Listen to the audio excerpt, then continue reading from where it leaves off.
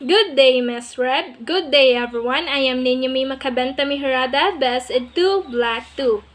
Today, we're going to go over a Trojan War summary so that you understand the story of the most famous Greek war in mythology. The beginning of the Trojan War began with a prophecy regarding the order of the Olympians and the divine love contest. Namely, many years before the war's beginning, both Poseidon and Zeus had fallen in love with a sea nymph with the name Thetis. Both wanted Thetis to be his bride. However, they both backed off after they were told of the consequences that awaited them if they made such an action.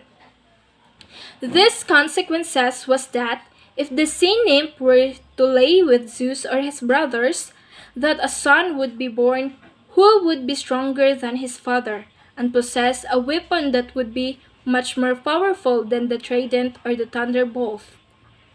To avoid this from happening, Zeus made it so that Thetis would have to marry King Peleus.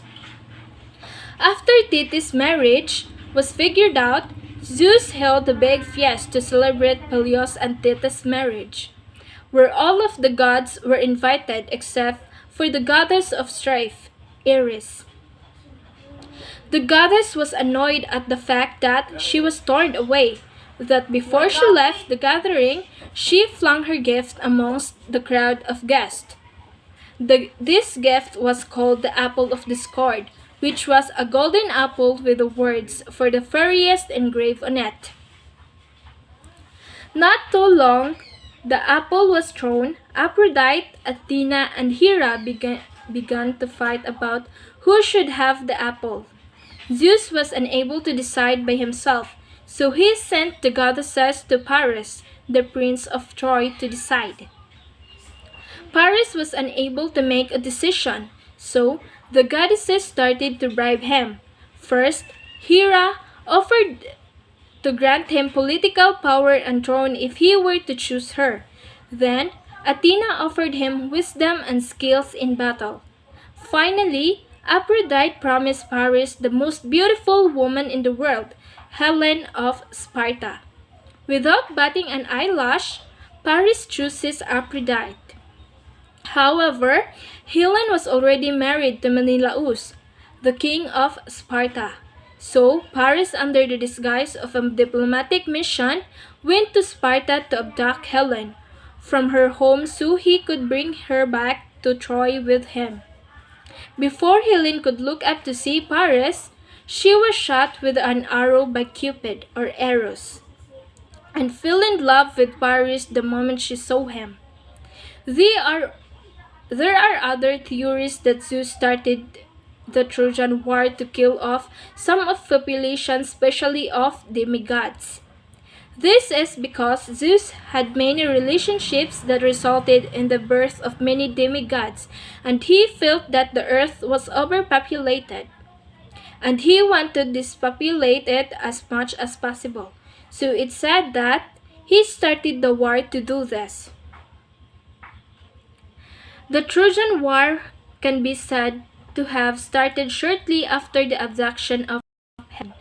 This is because Helen's husband Menelaus got his brother Agamemnon to lead a voyage to find her back and get her back. Agamemnon was able to get another Greek heroes such as Odysseus, Isaac, Nestor, and Achilles to join him on this adventure. The Trojan War, which was punctuated by battles and skirmishes, lasted 14 years. It finally ended when the Greeks retreated from camp and left behind a large wooden horse outside the gates of Troy. Inside Troy, there were many debates on if they should bring the wooden horse in, including unheeded warnings by Cassandra, Priam's daughter. Ultimately, the horse was brought into the city. The wooden horse was a plan by Odysseus to end the war. The wooden horse was designed to be hollow in the middle so that the soldiers could hide inside, and then was wheeled in front of the city of Troy. After the Trojan horses was left at the gates, The Greeks sailed away from Troy to the island of Tenedos, leaving behind one double agent named Sinon. He was able to convince the Trojans that the Greeks had retreated from the war and that the horse was a parting gift that would ultimately give the Trojans a fortune. However, once nighttime fell, the horse opened up and out came the Greek soldiers. From the inside of the city, the Greeks were able to destroy the city of Troy and win the war. The surviving Greeks heroes learned the hard way that gods never forget and hardly forgive, because even though they were victorious in the war, most of them were punished for their transgressions. In fact, only a handful of Greek soldiers made it back home, and that with several adventures and exploits along the way. Even fewer were welcomed back their homes because they were killed by their loved ones, or they would exiled into oblivion. There were cases where both incidents happened. The Trojan War was a huge and important war in Greek mythology.